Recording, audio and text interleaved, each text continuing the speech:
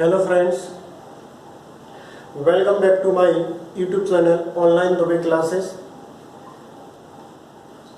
मैंने अभी तक ये अगला जो लेक्चर है आज का, ये मैकेनिक्स का जो दूसरा लेक्चर है, और इससे पहले मैं बता दूं कि आपको पर डे का एक लेक्चर मैकेनिक्स का मिलता जाएगा। मैं आज आरसीसी का भी अपलोड कर दूंगा।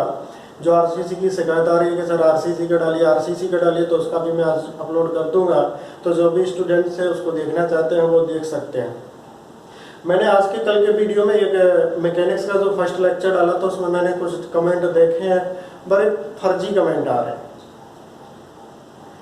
यदि आपको वीडियो नहीं देखना है मत देखिए, क्योंकि ये जो वीडियो मैं डाल रहा हूँ वो केवल पढ़ने वाले बच्चों के लिए डाल रहा हूँ जो वास्तव में इंजीनियर बनना चाहते हैं।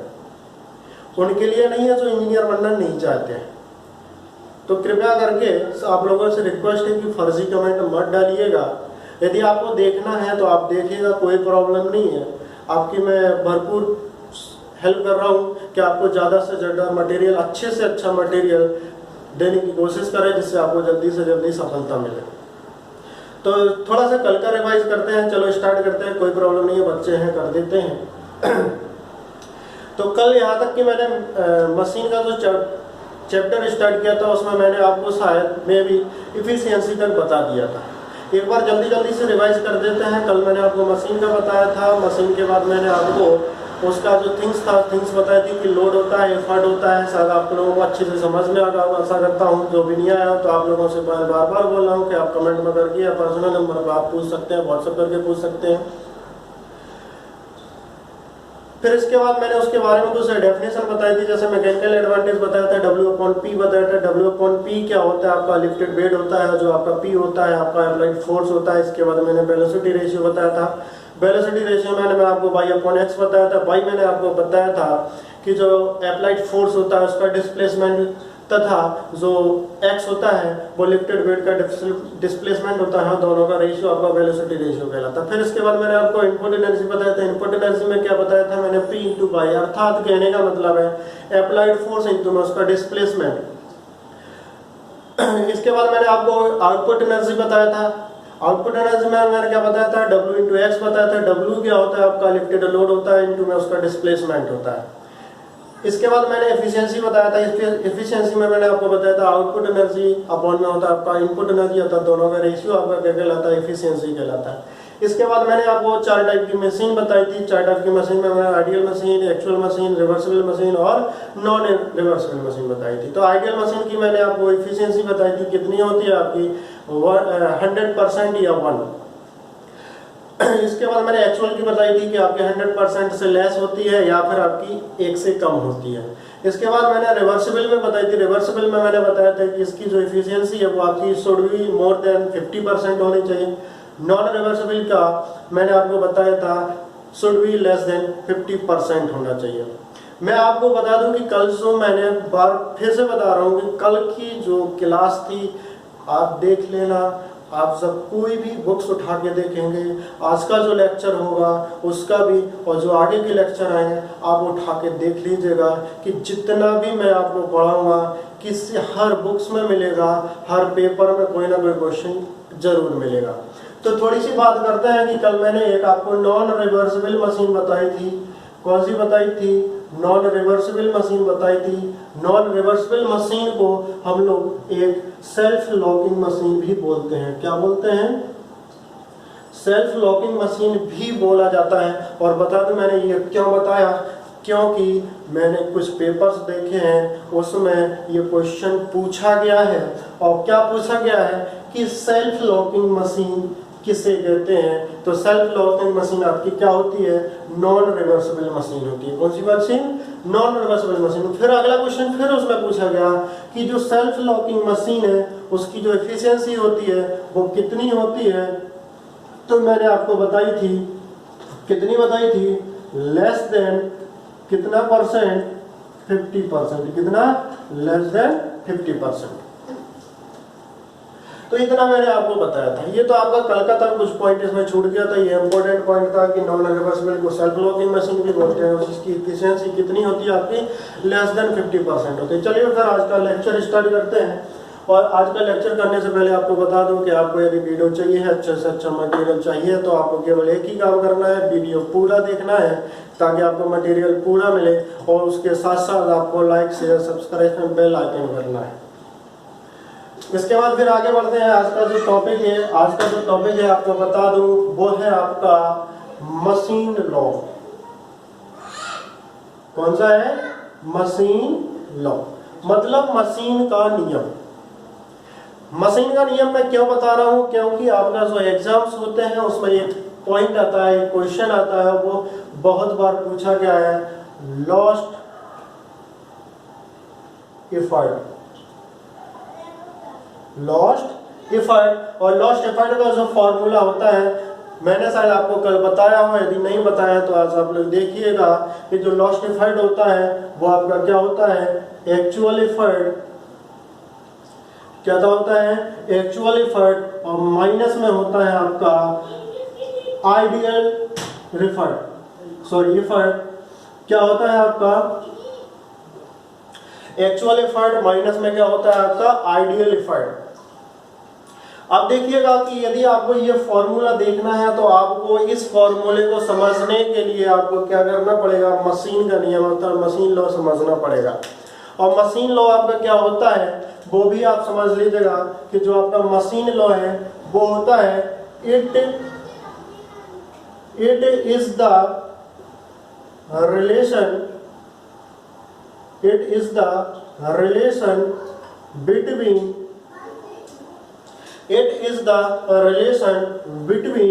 लोड, या जिसको बोल सकते हैं लोग कौन सा लोड?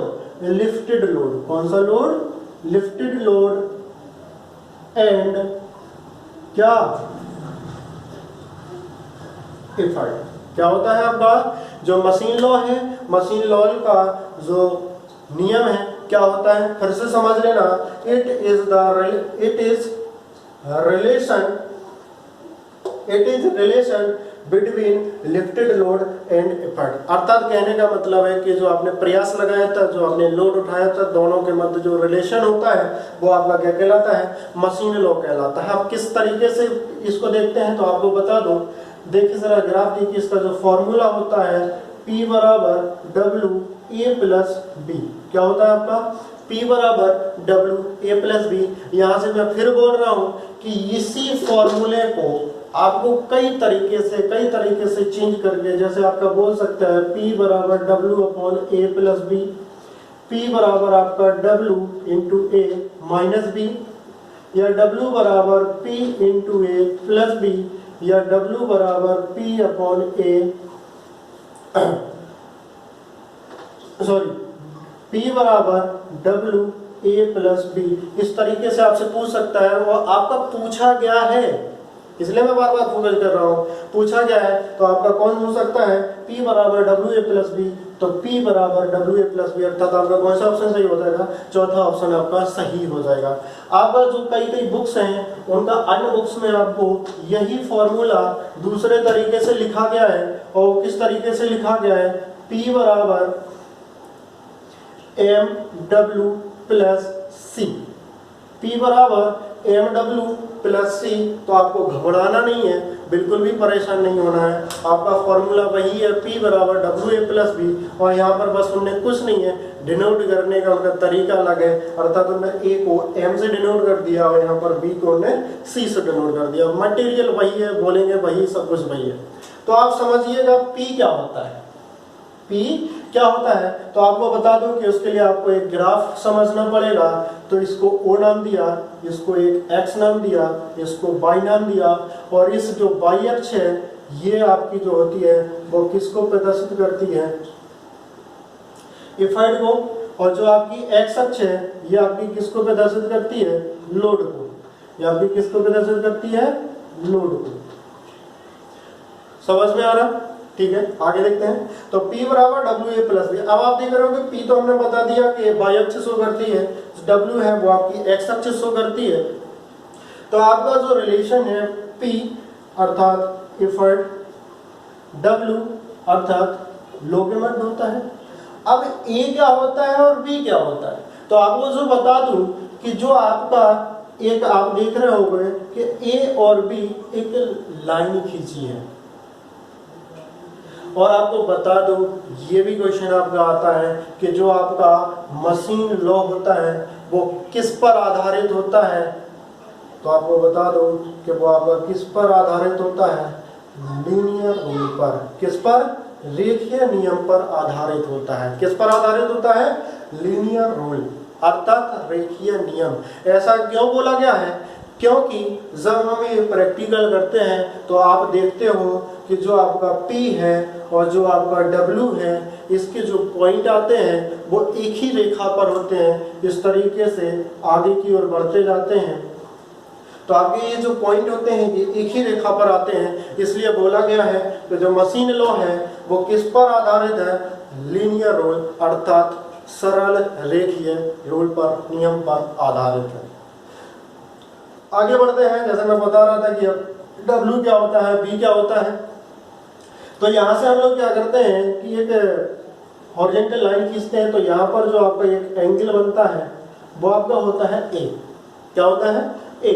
अर्थात स्मॉल a आपका क्या होता है, आप समझ सकते हो क्या होता है? Slope constant. क्या होता है आपका? स्लोप कांस्टेंट, ढाल स्थिरांक। अब ये यहां पर आता है b होता है आपका एनोदर कांस्टेंट।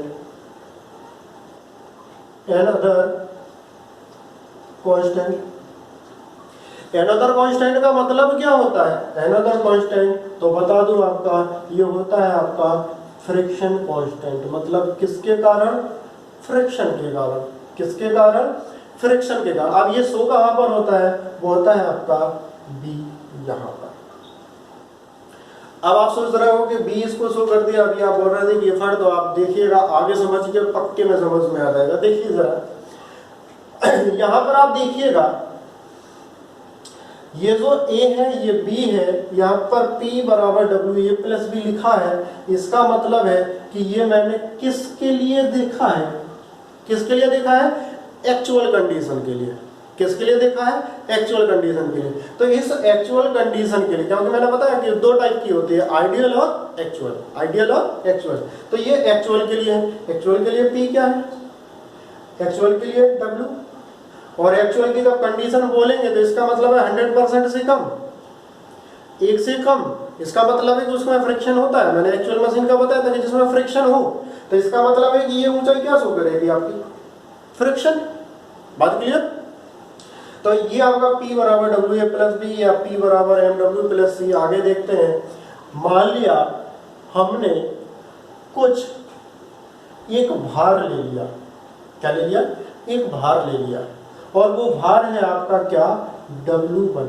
देखो यहाँ पर OX किसको शो कर रहा है? लोड को शो कर रहा है ना। तो हमने एक यहाँ पर भार ले लिया और वो आपका क्या है? W1। यहाँ पर भार क्या है आपका? W1। यहाँ पर हम एक लाइन खींचते हैं। यहाँ पर हमने क्या खींच दी? एक लाइन खींच दी। आप जरा देखते हैं आइडियल कंडीशन क्या होती है। दो कंडीशन मैंने आपको बताई थी, एक्चुअल कंडीशन और आइडियल कंडीशन। एक्चुअल कंडीशन 100% से कम, मतलब प्रयास लगाना पड़ेगा। और आइडियल कंडीशन का मतलब होता है कि 100%, मतलब कहने का है कि प्रयास न लगाने पर भी वो वर्क कर जाए। अर्थात कहने का मतलब है कि यहाँ पर P की वैल्यू 0 है और लोड कुछ ना कुछ आपका ऊपर उठ गया है। कौन सा लोड? यही W1। किसके लिए बात कर रहे हैं हम लोग? W1 के लिए। तो प्रयास जो इफर्ट है आपने कुछ नहीं लगाया, लेकिन जो W है आपने उसको उठा दिया है। तो यहाँ पर हम एक नाम दे देते हैं कि जो आपकी ये लोड वाली डायरेक्शन है, इसको हमने कोई नाम दे दिया R, इसको नाम दे दिया इस पॉइंट को S, और इसको दे दिया आपका T। तो आप देखिएगा यहाँ पर आपने एफर्ट नहीं लगाया था, यहाँ पर इस पॉइंट पर आपने एफर्ट नहीं लगाया। देखो एफर्ट की वैल्यू क्या है आपकी? 0। यहीं से स्टार्ट हुआ ना। तो ये आपकी कौन सी कंडीशन कहलाएगी? Ideal condition. ये आपकी कौन सी कंडीशन कहलाएगी? Ideal condition. अब ये जब आप ऊपर की ओर ले गए तो आप देखें ये भी पॉइंट, ये भी जो आपकी लाइन आई थी, इसको यहाँ पर ये टी पॉइंट पर काटा, ये कौन सी कंडीशन थी? Actual condition. कौन सी कंडीशन थी? Actual condition. आपको पता है कि जो ये आपका वो बाई है, मतलब परपेंडिकुलर जो लंबवत दूरी है या ये बाई अक्ष है, ये किसको शो करती है? इफर्ट को शो करती है। किसको शो करती है? इफर्ट को शो करती है। और मैंने आपको बी के बारे में बताई है कि बी आपका क्या होता है? एनदर कांस्टेंट, अर्थात किसका? फ्रिक्शन का। किसका? फ्रिक्शन का। जरा नजर डालिए, ये परपेंडिकुलर डिस्टेंस क्या होती है? आपकी इफर्ट होती है ना। ये आपका आइडियल है, तो जो आपने जो W1 लोड उठाया, तो R और S कौन सा इफर्ट कहलाएगा? Ideal effort. जो R और S है, ये आपका कौन सा इफर्ट कहलाएगा? आइडियल इफर्ट कहलाएगा। देखें आप जरा, ये ऊंचाई और ये ऊंचाई। इसके बाद फिर हम ऊपर बढ़ते हैं, यहीं से देखेंगे R और T कौन सा इफर्ट कहलाएगा? यहां से यहां तक की ऊंचाई, ये लाइन आपकी कौन सी थी? एक्चुअल वाली। तो ये यहां से यहां तक की ऊंचाई कौन सा इफर्ट कहलाएगी? एक्चुअल इफर्ट कहलाएगी। तो ये लाइन आपकी क्या शो करेगी? एक्चुअल इफर्ट शो करेगी। और जो आपकी ये R और S है, ये कौन सी ऊंचाई शो करेगी? आपकी आइडियल इफर्ट शो करेगी। अब जरा देखिएगा कि जरा आप यहाँ देखें, ये आपका RS है, ये आपका RT है, और बीच में आपको क्या मिल रहा है? S। बीच में आपको क्या मिल रहा है? S और T। और S और T आप जरा देखें, ये ऊंचाई आपकी क्या कहलाती है? Friction coefficient. तो आप जरा फॉर्मूला देखना, क्या हम ST को किसके बराबर लिख सकते हैं? ST को RT माइनस RS। फिर से समझना, ST बराबर ये है आपका RT माइनस RS। तो आप जरा देखें, मैंने RT मैंने आपको क्या बताया? Actual effort. RT आपका क्या है? एक्चुअल इफर्ट माइनस RS, ये आपको मैंने बताया क्या है? आपका आइडियल इफर्ट। अब जो बीच का है, ये आपका किसके कारण लॉस हो गया? किसके कारण लॉस हो गया? फ्रिक्शन के कारण। तो आप जरा देखो, ऊपर जो हमने फॉर्मूला लिखा था स्टार्टिंग में, पूरा यही फॉर्मूला बताया ना। और फॉर्मूला आपका मैंने बताया कि कई बार पेपर में आया है। और फॉर्मूला आपका क्या है? लॉस्ट इफर्ट आपका किसके कारण? फ्रिक्शन के कारण। कितना होता है? एक्चुअल इफर्ट माइनस में क्या होता है? आपका आइडियल इफर्ट। जिसको समझ में आ गया है, अच्छी बात है, बोलो bell icon, subscribe, like, share कर दीजिएगा। और जिनको समझ में नहीं आया है, कृपया इस लेक्चर को आप बार बार देखिएगा, समझ में आ जाएगा। और फिर भी यदि आपको नहीं आता है तो आप कमेंट करके बताइएगा। इस टॉपिक पर हम दोबारा एक लेक्चर फिर से दे देंगे। आशा करता हूँ कि आपको समझ में आ गया होगा। फिर से कह रहा हूँ कि यदि आपको मेरा चैनल पसंद आता है, आपको मेरा टॉपिक जो आपका चल रहा है, जो आपका लेक्चर है, यदि आपको समझ में आता है, तो आपको केवल एक काम करना है, bell icon, like, share and subscribe करना है। और जो भी प्रॉब्लम है आपको पूछना है। और एक बात और बोल रहा हूँ कि कुछ लोग क्या कर रहे हैं कि चैनल को देख लेते हैं, सॉरी वीडियो को देख लेते हैं, उसको लाइक नहीं करते हैं। पता ही नहीं चलता है कि आप लोगों ने देखा है नहीं देखा है। तो आप लोग लाइक ज़रूर करिएगा, ताकि मुझे पता चल जाए कि ज़्यादा से ज़्यादा लोग इसको देख रहे हैं और उन्हें पसंद आ रहा है, ताकि मैं अच्छा से अच्छा मटेरियल, ज़्यादा से ज़्यादा मटेरियल आपको दे सकूँ।